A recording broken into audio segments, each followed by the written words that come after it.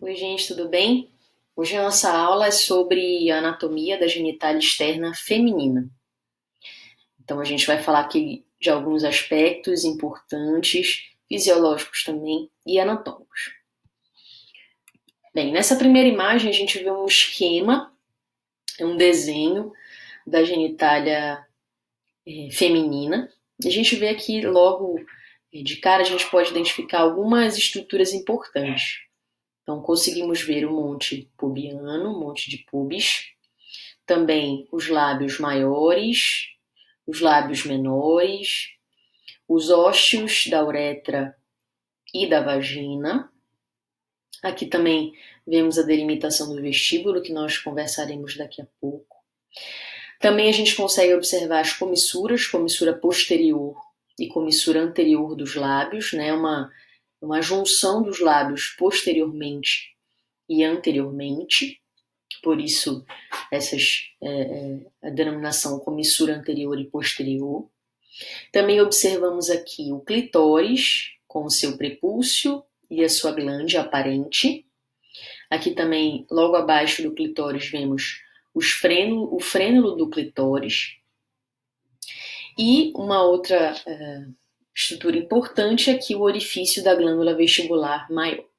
Vamos falar um pouquinho sobre o monte de pubis, né, que é essa região, essa estrutura composta de tecido adiposo, né, então ela tem uma função de isolamento térmico dessa região.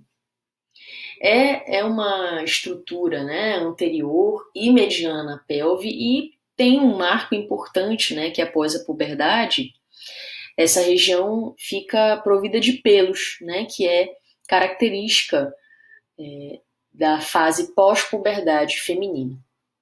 A mesma coisa acontece com os lábios maiores, né? Os lábios maiores também são estruturas que são providas de pelos.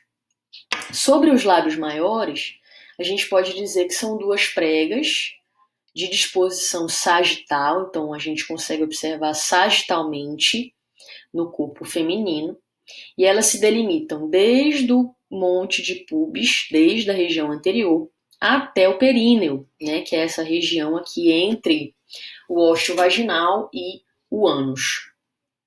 É importante também que os lábios maiores, eles delimitam um espaço que a gente chama de rima do pudendo. Né? Então, todo esse espaço delimitado pelos lábios maiores, a gente chama de rima do pudendo. Também é uma característica interessante dos lábios maiores, né? Eles são providos de pelos, são pigmentados, como eu falei anteriormente, mas medialmente eles são lisos e desprovidos de pelos. E além disso, essa região feminina é onde a gente tem no pudendo a maior quantidade de glândulas sebáceas. Então, essa região entre os lábios maiores e os lábios menores é uma região umedecida, principalmente por conta da presença das glândulas sebáceas nessa região.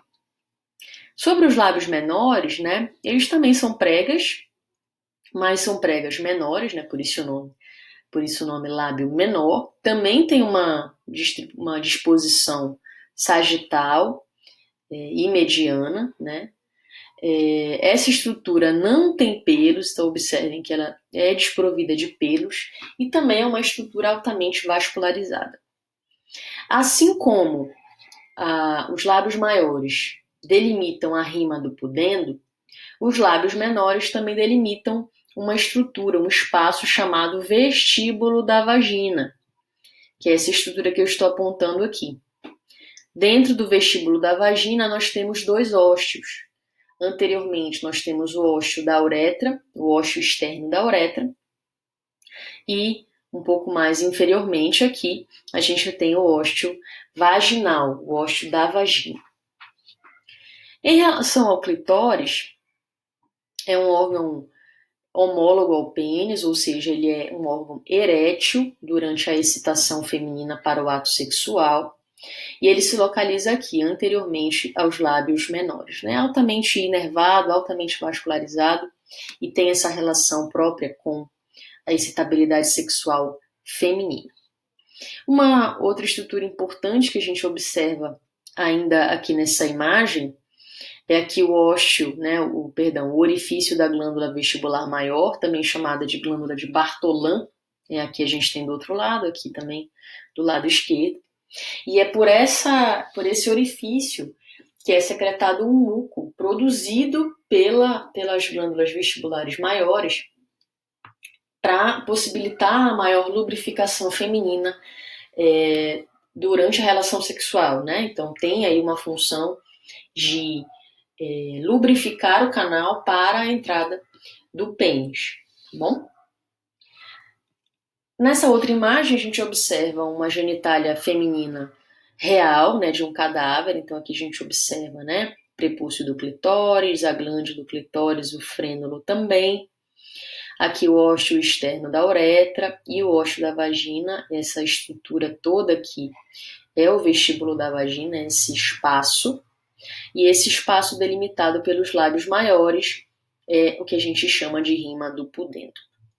E aqui a gente vê a proximidade, né, do canal anal com o ósseo vaginal. E nessa última imagem a gente tem estruturas interessantes.